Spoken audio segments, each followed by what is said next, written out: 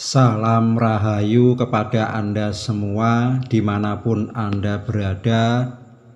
Semoga Anda semuanya selalu diberikan kesehatan lahir batin serta diberikan kemudahan serta kelancaran dari Gusti. Pada bab kali ini saya akan mewedarkan kawruh Jawa tentang kitab teles.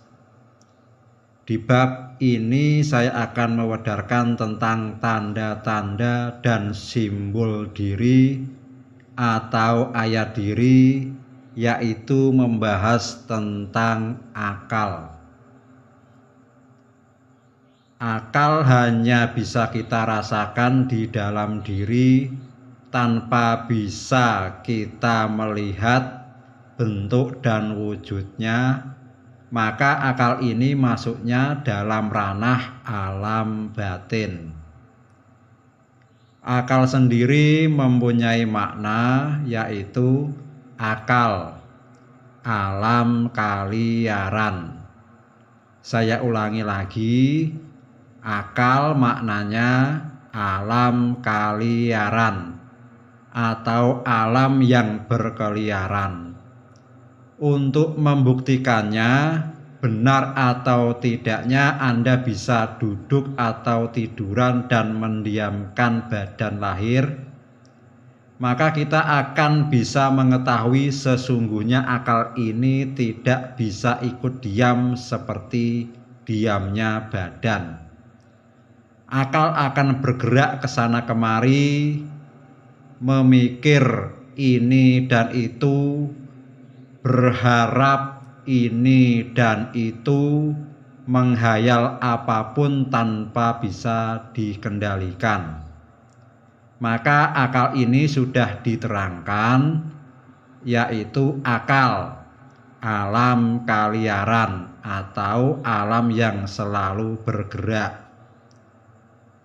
Kemudian disebut istilah alam, artinya yaitu alam, awal lampah atau awal perjalanan atau pertama kali perjalanan manusia dalam memasuki dimensi atau ruang. Maka akal bisa kita kenali, yaitu awal perjalanan manusia yang selalu bergerak ke sana kemari. Bila kita tidak bisa mengenali, menyeimbangkan, bahkan mengendalikan alam ini, maka akal bisa kita kenali, yaitu awal perjalanan manusia yang selalu bergerak ke sana kemari.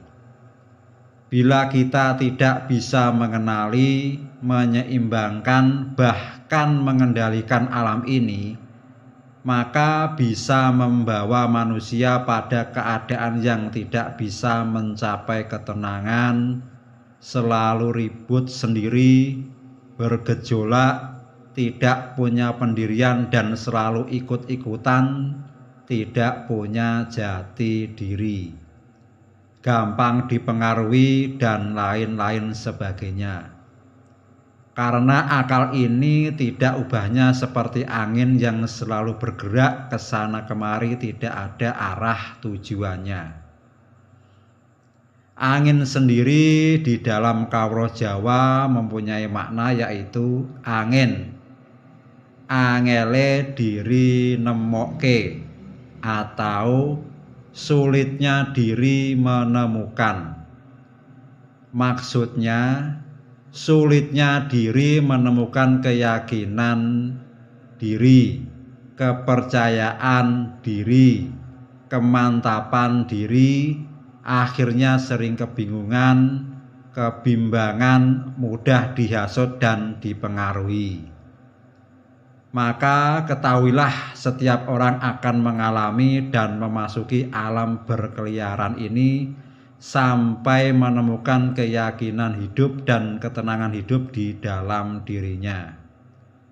Bahkan ada banyak orang yang belum juga menemukan keyakinan hidup, ketenangan hidup di dalam dirinya, atau menyeimbangkan bahkan mengendalikan alam akal ini. Maka perlu diketahui juga akal ini sendiri dibagi menjadi dua, yaitu yang pertama disebut pikiran. Pikiran yaitu picik, kikir, rasanya, nafsu. Yang kedua disebut daya cipta, yaitu dodo yakin, cedak ingsun pikiran tumata, atau dada yakin selalu dekat Tuhan maka pikiran akan tertata.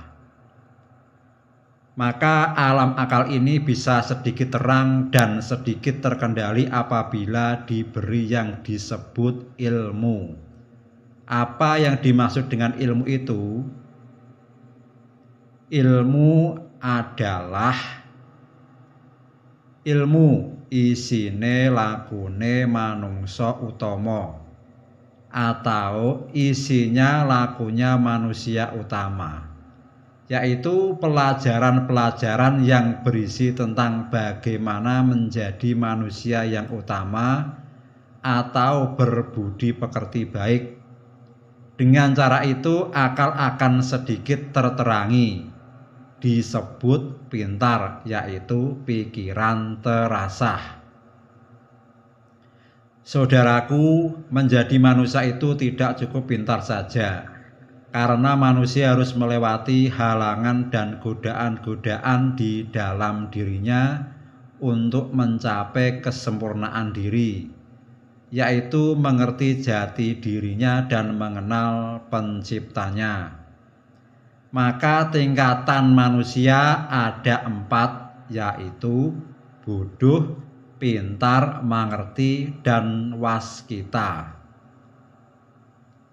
Maka halangan dan godaan-godaan yang wajib diketahui dan dikenali, kemudian dikendalikan,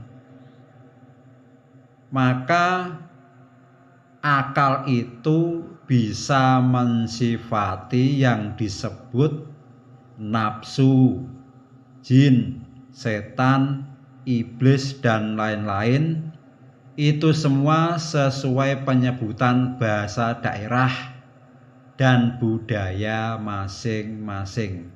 Untuk menerangkan itu semua tidak dibahas di bab ini, tapi dibahas lebih khusus di bab-bab lainnya supaya lebih terfokus dan terperinci, agar kita tidak selalu halu-halu dan berimajinasi sendiri-sendiri dengan segala bentuk kosakata atau penyebutan yang akhirnya tidak sampai-sampai pada tujuan kita, yaitu mengenal diri sejati.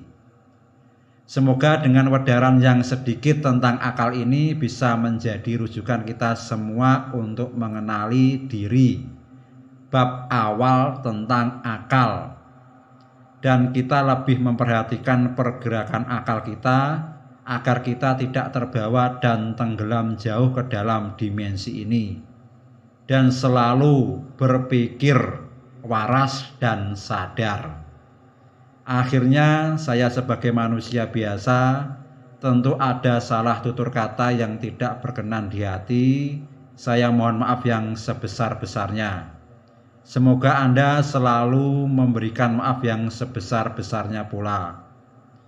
Salam rahayu kepada Anda semuanya.